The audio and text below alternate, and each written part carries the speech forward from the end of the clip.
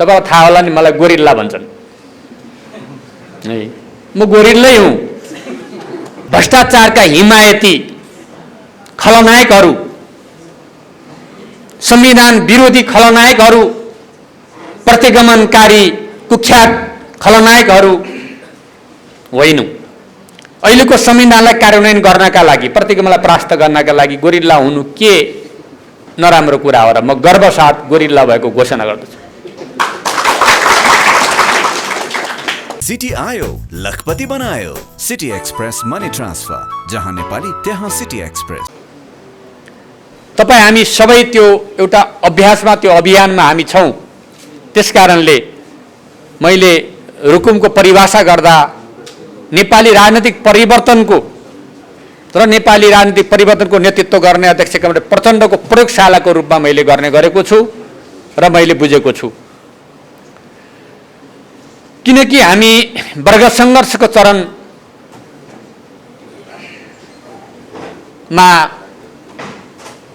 हामीले त्यति बेला थुप्रै दुःख कष्टहरू त्यहाँको रुक्मेली जनताले सहेर त्यसलाई पार गरेको छ। जनयुद्धको क्रममा होनहार रुक्मेली आमा बुवाका छोराछोरीहरूको, नेताहरूको, कमान्डरहरूको, योद्धाहरूको बलिदानी भएर अगाडि बढेको छ र संविधान निर्माणको क्रममा संविधान जनताको पक्षमा, जनताका अधिकारलाई सुनिश्चित गर्ने पक्षमा संविधान लेख्ने क्रममा त्यहाँका जनताहरूको महत्त्वपूर्ण योगदान र भूमिका रहेको छ। संविधानलाई कार्यान्वयन गर्ने चरणमा कसरी सङ्घीयतालाई कार्यान्वयन गर्ने, अधिकारलाई जनतासम्म पुर्याउने भन्ने क्रममा त्यहाँ नयाँ प्रयोगहरू भएका छन् र प्रतिगमन बार दोहोरिँदै रहँदा रुक्मेली जनताले उठेर फेरि त्यसको प्रतिरोध गरेका छन्। नेपाली आम जनतासँग हातमा हात, काँधमा काँध मिलाएर अगाडि बढेका छन्। त यो त्यस्तो एउटा प्रयोगशालाको रूपमा स्थापित छ। यसको नायक प्रचण्ड हो, उहाँले सुरु गर्नुभएको हो र यो सँगसँगै के कुरा पनि हामीले जान्न आवश्यक छ भने नेपाली कम्युनिस्ट आन्दोलनका पहिला शहीद, अनेक यातनाका बीचमा नझुक्ने, कुनै लोभमा नफस्ने दृढ क्रान्तिकारी एउटा महान योद्धा कामी बुढा को रगतले पैदा गरेको यो भूमि हो। उहाँको रक्त रञ्जित एउटा इतिहास बोकेको एउटा भूमि हो। रुकुमले कहिलेकाहीँ हकी कुरा गर्छ, सत्य कुरा, सधैँ सत्य कुरा गर्छ, सधैँ निडर कुरा गर्छ, सधैँ सत्यको पक्षमा उभिन्छ। त्यो कुरा कामी बुढाले अगाडि सारेको मार्ग हो। त्यसलाई विचार, राजनीति, संगठन र आन्दोलन र विधिका दृष्टिकोणले संश्लेषण गरेर प्रचण्डले त्यसको नेतृत्व गर्नुभयो। हामी त्यसका सिपाही हौँ र त्यसरी अगाडि बढेका छौँ। यसरी नै हामीले बुझ्नु पर्दछ है। हामी जनताका छापा मारौँ। तपाईँलाई थाहा होला नि, मलाई गोरिल्ला भन्छन् है। म गोरिल्लै हुँ। जनताको, शान्तिको, समृद्धिको है, जनताको आत्मनिर्भरताको, राष्ट्रिय स्वाधीनताको, समग्र समाजवादको आन्दोलन अगाडि बढाउनका लागि, अहिलेको संविधानलाई कार्यान्वयन गर्नका लागि, प्रतिगमनलाई परास्त गर्नका लागि गोरिल्ला हुनु के नराम्रो कुरा हो र म गर्वसाथ गोरिल्ला भएको घोषणा गर्दछु।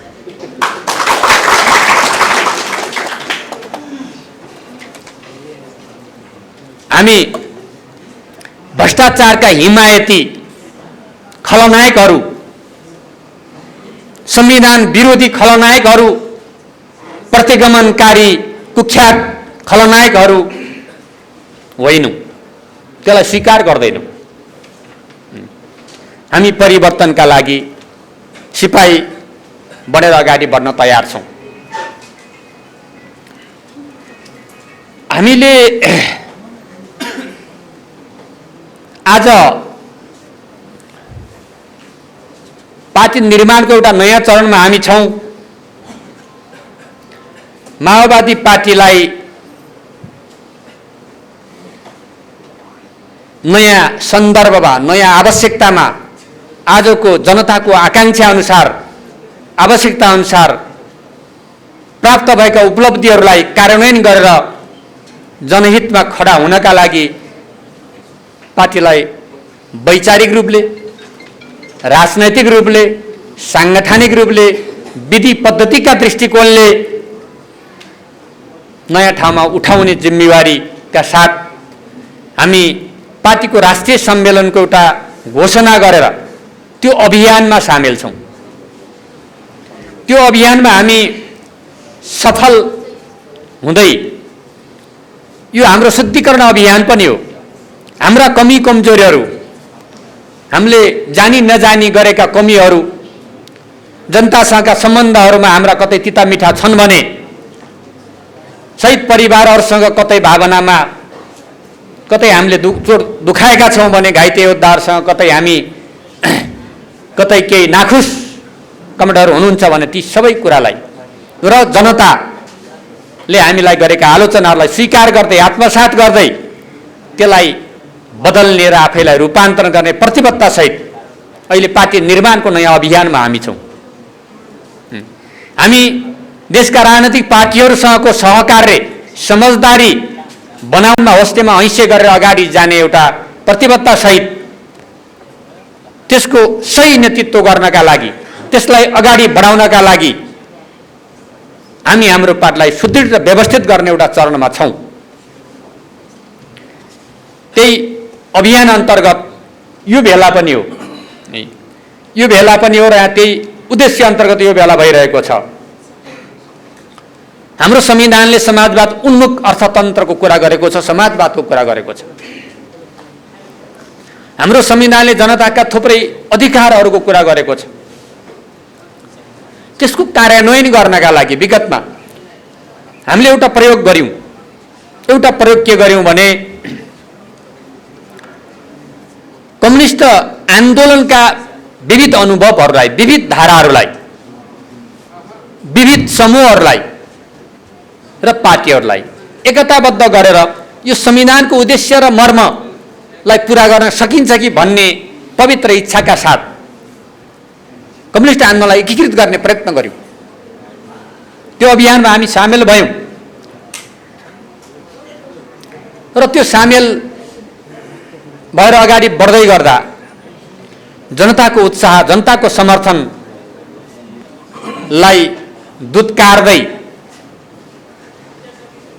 मुख्य नेतृत्वमा हामीले जसलाई जिम्मा दियौँ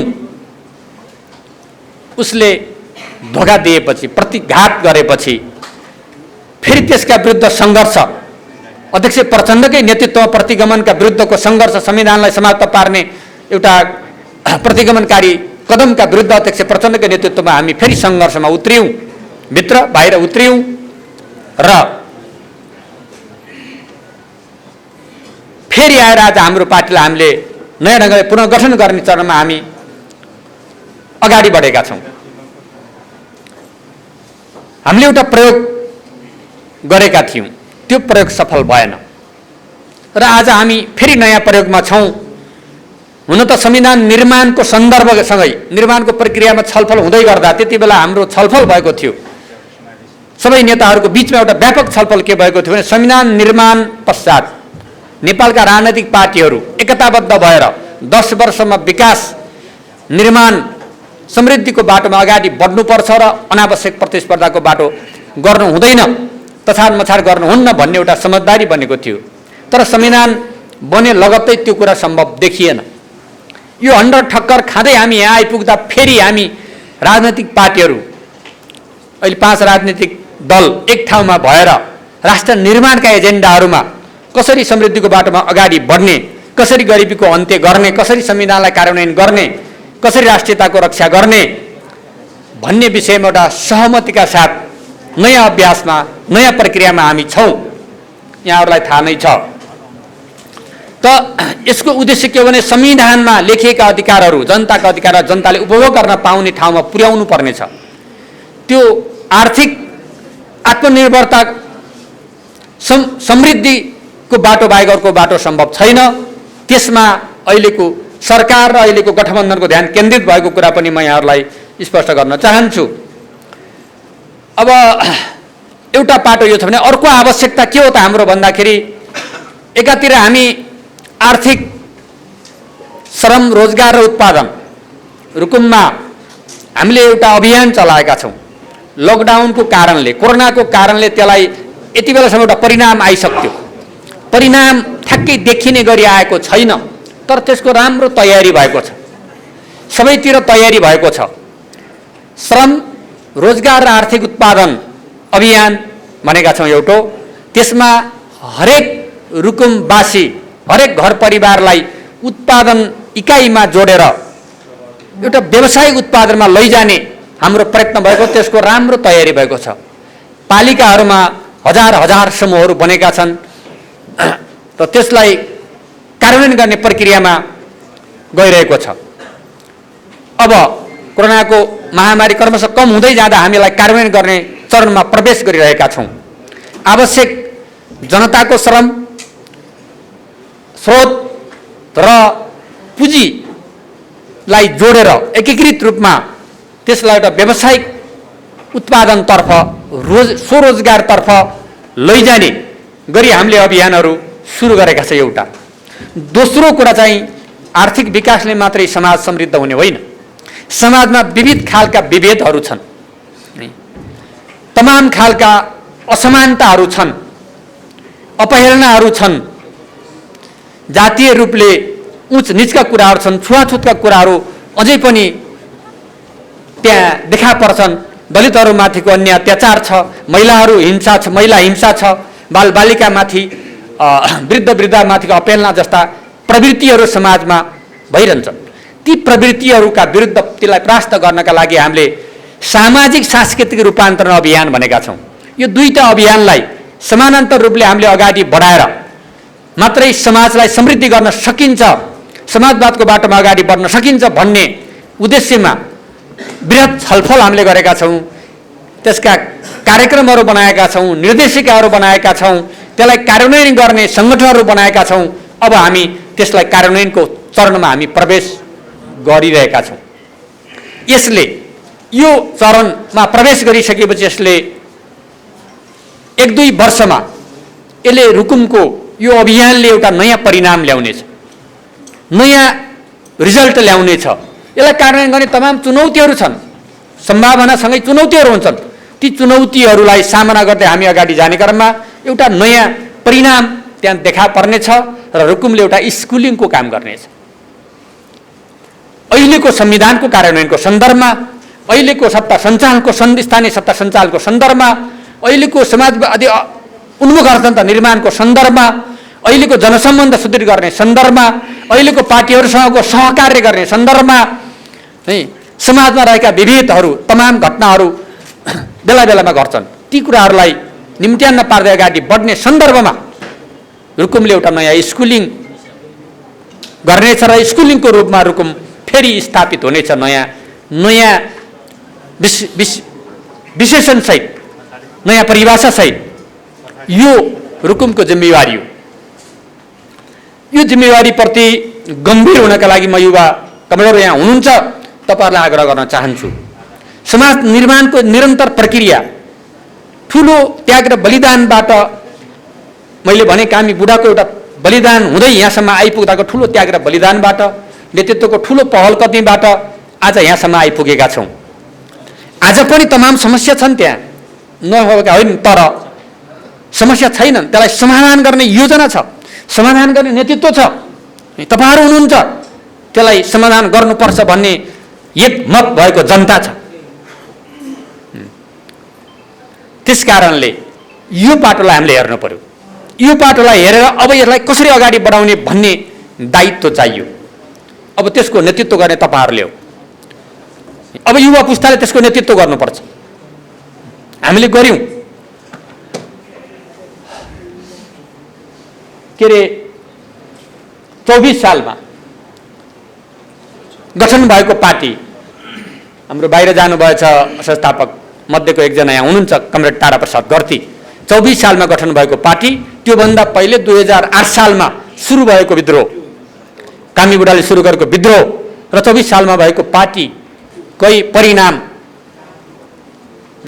हामी आज यो ठाउँमा छौं। त्यसो भएर हामीले समाजवादमा जानका लागि दुई चारवटा कुराहरू, समाजवादको बाटो समात्नका लागि दुई चारवटा कुराहरू महत्त्वपूर्ण छ। राष्ट्रिय स्वाधीनता र आत्मनिर्भरता, आर्थिक आत्मनिर्भरता मुख्य कुरा हो। राष्ट्रको रक्षा कसरी गर्ने र हामी आत्मनिर्भर कसरी हुने भन्ने प्रश्न हो र त्यसलाई त्यो बाटोमा जानका लागि यो अघि हामीले भनेको अभियान त्यसको महत्त्वपूर्ण कडी बन्ने छ। राज्य संरचनालाई रूपान्तरण गर्दै जनताको एउटा पक्षमा प्रयोग गर्ने कुरा निरन्तर रूपमा हामी त्यसमा सुधार गरिराख्नुपर्नेको आज आवश्यकता छ। त्यसमा हामीले धेरै मेहनत गर्दै अगाडि बढ्नुपर्छ। समाजमा विभिन्न भाषा, संस्कृति, जाति, समुदाय छ, त्यसलाई समानुपातिक समावेशी प्रतित्वको रूपमा विकसित गर्दै हामीले त्यसलाई सम्पूर्ण क्षेत्रमा लिडरशिपको विकास गर्नुपर्छ। यद्यपि अहिले हाम्रा राष्ट्रिय कलाकारहरू धेरैजना हुनुहुन्छ, एक दर्जनै हुनु होला, जसले राष्ट्रिय स्तरमै नेतृत्व गरिराख्नु भएको छ। उहाँ एउटा नेतृत्वको तहमा हुनुहुन्छ। हाम्रा लोकसेवा पढेर आफ्नो क्षेत्रमा काम गर्ने जागिर खाने धेरै साथीहरू हुनुहुन्छ, उहाँहरूले एकत्रमा नेतृत्व गरिरहनु त्यहाँ हुनुहुन्छ। साहित्यिक क्षेत्रमा पनि त्यत्तिकै साथीहरू जन्मिनु भएको छ, रचनाकारहरू पनि हुनुहुन्छ, साहित्यकारहरू पनि हुनुहुन्छ। हरेक क्षेत्रमा श्रमिकहरू पनि त्यहाँ बलिया श्रमिकहरूको पनि त्यहाँ त्यत्तिकै उपस्थिति छ। त्यसकारणले हरेक क्षेत्रको नेतृत्व निर्माण भइरहेको छ। अब हामी यसलाई समन्वय गरेर, यसलाई सही ढङ्गले जोडेर, यसलाई हाम्रो एउटा व्यवस्थित योजनाभित्र आर्थिक श्रम, आर्थिक उत्पादन र रोजगारको अभियानमा, सामाजिक सांस्कृतिक रूपान्तरणको अभियानमा हामीले केन्द्रित गरेर हामी गयो भने हामी सफल नहुने कुरै छैन। हामी सफल हुन्छौँ। हामी शान्तिपूर्ण तरिकाले प्रतिस्पर्धाको माध्यमबाट हाम्रो पार्टीलाई श्रेष्ठ साबित गर्छौँ र जनताको नेतृत्व गर्छौँ। र हामीले भनेका छौँ जनताको बिचमा, यहाँ होइन, अध्यक्ष कमरेड प्रचण्डलाई केही महिना अगाडि, यो पछिल्लो लकडाउनभन्दा अगाडि हामीले रुकुममा आमन्त्रित गरेर त्यहाँको जनताले आमन्त्रण गरेको थियो। उहाँ गइदिनु भयो र जनताका कुरा उहाँले सुनेर आउनुभयो। जनताले आफ्नो भाषामा उहाँलाई कुराहरू भने, पार्टीको कुरा भने, नेतृत्वको सम्मानको कुरा भने, आवश्यकताको कुरा भने, सबै कुराहरू भने र त्यहाँ सुनेर आउनुभयो। हामीले सामाजिक सांस्कृतिक रूपान्तरण कुरा भन्दा पार्टी निर्माणमा पनि, नेतृत्व निर्माणमा पनि हामीले के भनेका छौँ भने जनतालाई हामीले प्रेरित गरेका छौँ। मैले गरेको गल्ती, मैले पार्टी जनताको उद्देश्यभन्दा बाहिर गएर व्यक्तिगत स्वार्थमा मैले कतै काम गरेँ भने जनताले मेरा विरुद्ध खबरदारी गर्ने, मेरो भण्डाफोर गर्ने, मेरो आलोचना गर्ने अधिकार छ भनेर आम जनतालाई हामीले आह्वान गरेका छौँ। त्यो पाउनुपर्छ।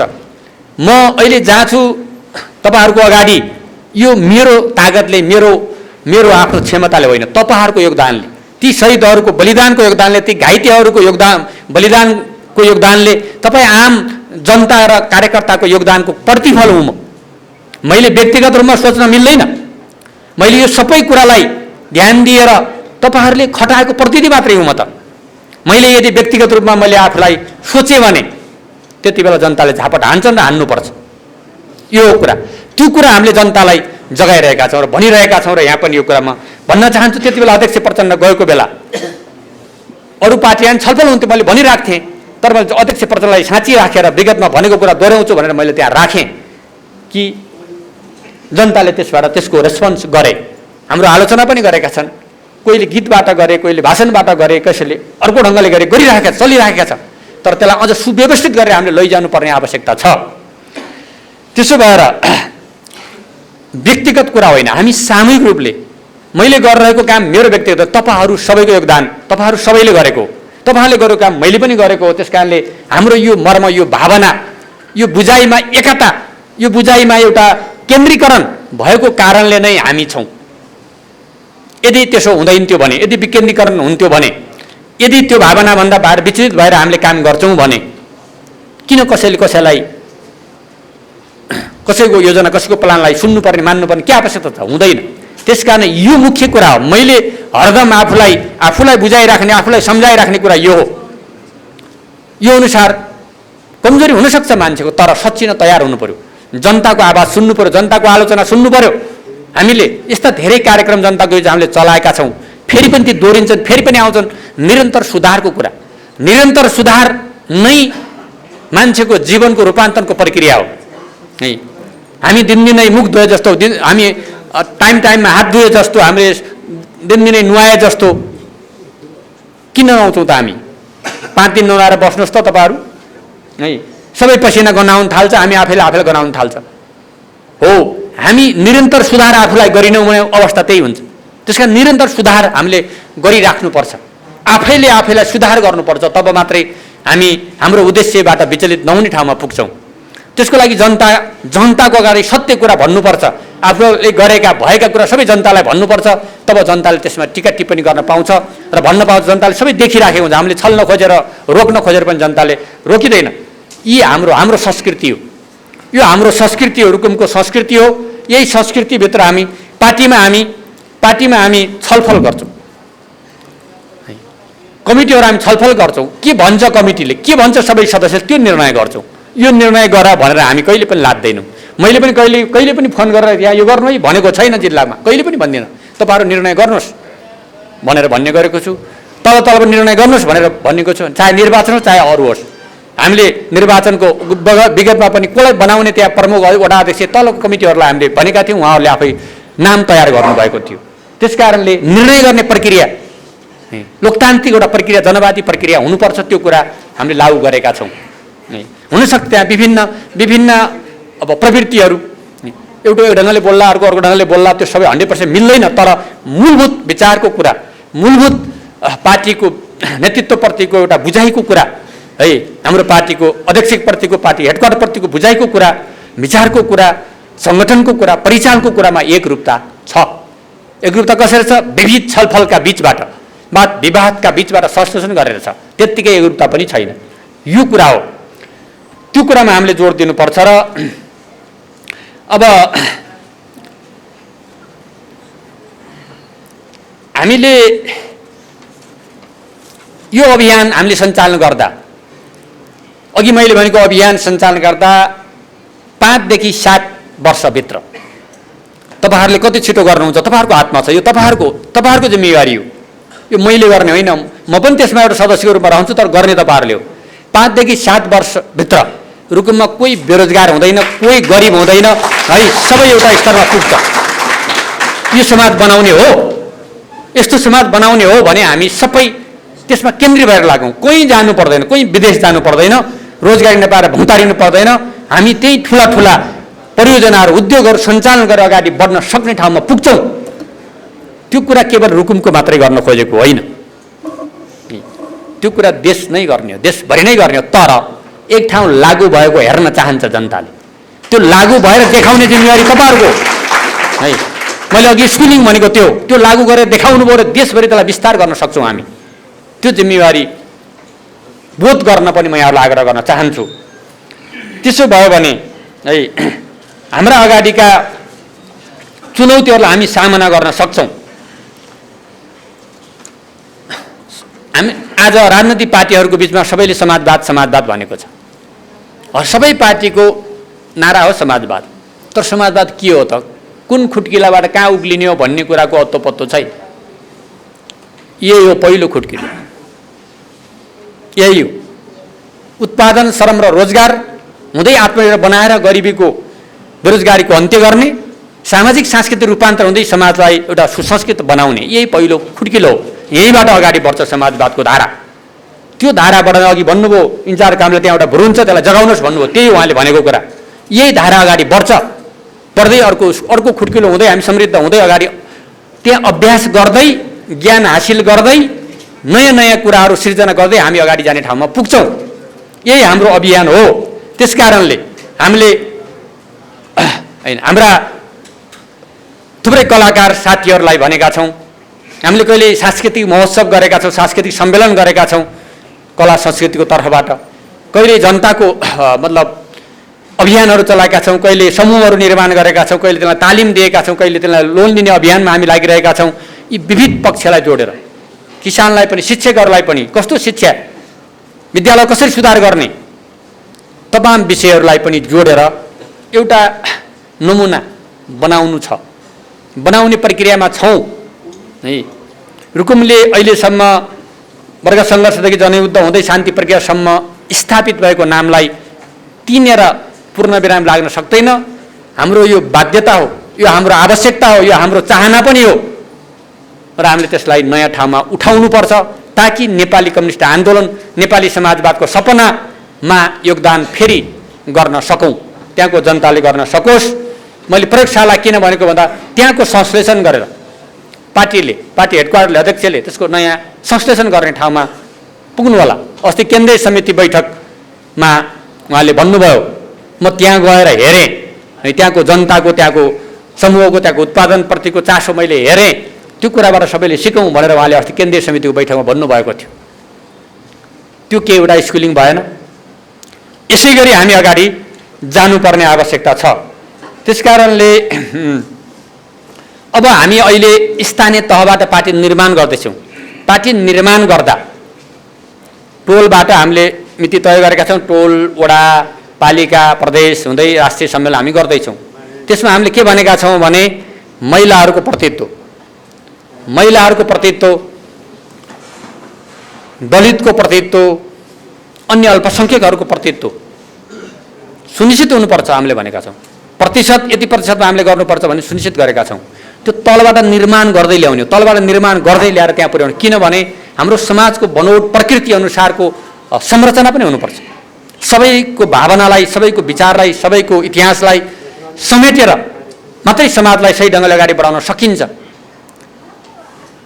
बगैँचामा एउटा मात्रै फुल रोप्नुभयो भने एउटै रङको होला, एकै खालको बासना देला, तर सयौँ फुलहरू, हजारौँ फुलहरू रोपियो भने के होला, रङ्गी बिरङ्गी सुन्दर बन्छ। त्यस्तै हो हाम्रो समाज पनि। त्यसकारणले यो कुरामा हाम्रो ध्यान जान जरुरी छ। अब यति कुरा मैले पार्टीको बारेमा भने। त्यसपछि थोरै कुरा म के भन्न चाहन्छु भने सरकारमा अहिले पछिल्लो पटकमा आइसकेपछि सम्माननीय प्रधानमन्त्री शेरबहादुर देउपाको नेतृत्वमा म अर्थमन्त्री भइसकेपछि यो गठबन्धनको सरकारलाई, गठबन्धनको तर्फबाट यसलाई जनतातिर फर्काउनका लागि, यसलाई गरिबतिर फर्काउनका लागि, यसलाई श्रमिकतिर फर्काउनका लागि, यसलाई दूरदराजतिर फर्काउनको लागि केही कार्यक्रमहरू पछिल्लो प्रतिस्थापन विधेयक मार्फत ल्याएको कुरा तपाईँहरूलाई जानकारी छ। त्यसको पनि थोरै चर्चा मैले किन गर्न आवश्यक ठानेको छु भन्दाखेरि नेपालमा गरिबीको, बहुआयामिक गरिबीको अवस्था छ। यो बहुआयामिक गरिबीको अवस्था कति बेला अन्त्य हुन्छ भन्ने अत्तो-पत्तो छैन। अहिलेको सरकारको नीति र मैले ल्याएको कार्यक्रम के हो भने यो बहुआयामिक गरिबी कति बेला अन्त गर्न सकिन्छ र के कारणले गरिबी भएको छ, के गर्दा यो अन्त्य हुन्छ, यसको समय कति लाग्छ भनेर एउटा कुरा जनतालाई अहिले नै भन्ने र त्यो अनुसार काम गर्ने भन्ने एउटा नीति अहिलेको सरकारको तर्फबाट मैले ल्याएको छु। नम्बर 1। नम्बर 2 कुरा, हाम्रो बेरोजगार युवाहरूको अवस्था के छ, दक्षता क्षमता के छ, कति छ, त्यसको एउटा डेटा आवश्यक चाहियो, त्यसको रेकर्ड चाहियो। त्यसलाई व्यवस्थित गरेर तिनलाई आवश्यक तालिमहरू दिएर तिनलाई स्वरोजगार बनाउने दिशातिर लाग्नुपर्छ भन्ने दोस्रो कुरालाई मैले अगाडि सारेको छु। त्यसै गरी श्रम सहकारीहरू गठन गरेर विकास निर्माणमा पूर्वाधारका कामहरूमा श्रमिकहरू आफैले नेतृत्व गर्न पाउने, उनी आफै जोडिने खालको वातावरण बनाउनुपर्छ भनेर त्यो कुरा अगाडि सारिएको छ। र त्यसपछि देशलाई आत्मनिर्भर बनाउनका लागि औद्योगिक क्षेत्रमा उद्योग विस्तारका लागि कसरी जोड दिनुपर्छ, कुन कुन क्षेत्रमा अहिले हाम्रा प्रारम्भिक उद्योग अरू सफल भएका देशहरू कहाँबाट सुरु गरे भन्दाखेरि हामीलाई चाहिने चाहिँ पहिला निर्माण सामग्री है, हामीलाई गिट्टी बालुवा चाहियो, हामीलाई सिमेन्ट चाहियो, हामीलाई फलाम चाहियो। यी तीनटा कुरा जोड्दाखेरि निर्माणको पुरा सामग्री भयो। यसमा आत्मनिर्भर बन्ने गरी गिट्टी बालुवा त हामी छ, यी दुईटा कुरामा आत्मनिर्भर बन्ने गरी नीतिलाई अगाडि बढाइएको छ। केही उद्योगहरू विस्तार हुने अवस्था सिर्जना भइरहेको छ र त्यसै गरी अन्य उद्योगहरूलाई पनि यहाँ कसरी स्थापित गर्न सकिन्छ भन्नेहरू नीतिहरू पनि अगाडि ल्याएको छ। उत्पादनमुखी वितरण आयातमुखी होइन, उत्पादनमुखी अर्थतन्त्र निर्माण गर्ने भन्ने अहिलेको यो सरकारको मुख्य कार्यक्रम हो। त्यस कारणले त्यतातिर हामीले जोड दिएका छौँ।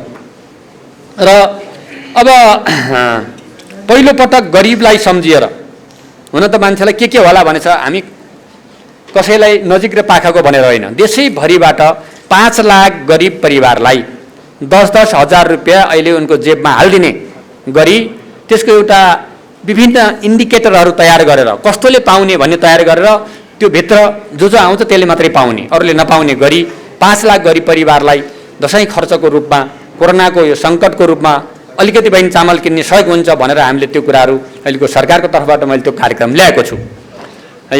अनि बिरामीहरू, मुटु बिरामी, डायलोसिस आएर कति समस्या छ, डायलोसिस गर्ने बिरामीहरू, त्यसपछि आएर अल्जाइमरका बिरामीहरू, अनि ढाड भएर प्यारालाइसिस भएका बिरामीहरू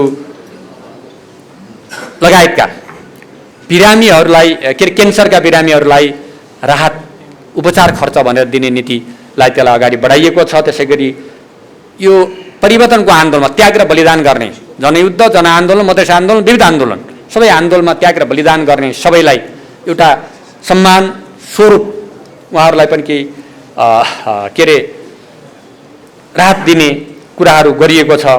र स्वास्थ्य र शिक्षामा, स्वास्थ्य क्षेत्रलाई अब सबै काठमाडौँ आएर उपचार गर्ने अवस्थालाई अन्त गर्नका लागि प्रदेशहरूमै ठुला पूर्वाधार बनाउने, प्रदेशकै अस्पताल 1000 बेडमा पुर्याउने, सबै साधन स्रोत डाक्टरको व्यवस्था त्यहाँ गर्ने, दौडेर काठमाडौँ आउनु नपरोस्, त्यहीँ उपचार होस्। ती प्रदेशका अस्पतालसँग स्थानीय पालिका अस्पताललाई जोड्ने गरी शिक्षा नीतिलाई त्यता, अनि स्वास्थ्य नीतिलाई त्यता लगियो छ भने शिक्षा लकडाउनले हामीलाई सिकायो, प्रविधि पनि को प्रयोगको आवश्यकता पनि भयो। त्यस कारणले एउटा सेन्टर बनाएर राम्रा शिक्षकहरूले, योग्य शिक्षकहरूले त्यहाँबाट पढाउने, सिधै स्कुलमा प्रविधि जोडेर पढाउने त्यस्तो सेन्टरहरू निर्माण गर्ने। कृषि क्षेत्रलाई अझ अगाडि बढाउनको लागि सबै प्रदेशमा कृषिका ठुला केन्द्रहरू बनाएर हैन, किसानलाई चाहिने तालिम पनि, किसानलाई चाहिने बिउ पनि, मल पनि, अनुसन्धान पनि, अरू पनि सबै पनि प्राप्त हुने गरी त्यस्तो केन्द्रहरू बनाएर अगाडि बढाउने खालका केन्द्रहरू बनाएर लग्ने लगायतका नीतिहरू र सबै पालिकामा अहिले प्रारम्भिक रूपमा 500 युवाहरूलाई सहुलियत एउटा दरमा, ब्याज दरमा ऋण दिएर उनीहरूलाई स्वरोजगार बनाउने र कर्मशैलीलाई वृद्धि गर्दै लग्ने भन्ने योजनाहरू लगायतका दलितहरूका बस्तीहरूलाई पहिला त्यहाँबाट सुधार गर्नुपर्ने, मधेस वा पहाड सबैतिरका दलित बस्तीहरूलाई सुधार गर्नका लागि अहिले पाइलट प्रोजेक्टको रूपमा सञ्चालन गर्ने, तल पनि केही माथि पनि केही गरेर उनका आवाससहित रोजगारीको समस्यालाई नै हल गर्ने गरी ती योजनाहरू पनि अगाडि सारेको छ। महिला पहिला भन्ने नारा, यो महिलाहरूलाई जगाउने, अगाडि बढाउने र हस्तक्षेपकारी भूमिकामा अगाडि बढाउने महिलाहरूलाई हैन, महिला सबै ठाउँमा पहिला हुनुपर्छ, अगाडि बढ्नुपर्छ भन्ने एउटा नारासहित महिलाहरूलाई सङ्गठित गर्ने, परिचालन गर्ने, उहाँहरूलाई तालिम दिने, उहाँहरूलाई आवश्यक परेको ऋण सहुलियत दिने हैन गरी अगाडि बढाउने खालको कार्यक्रम पनि अगाडि सारेको कुरा यहाँहरूलाई थाहा छ।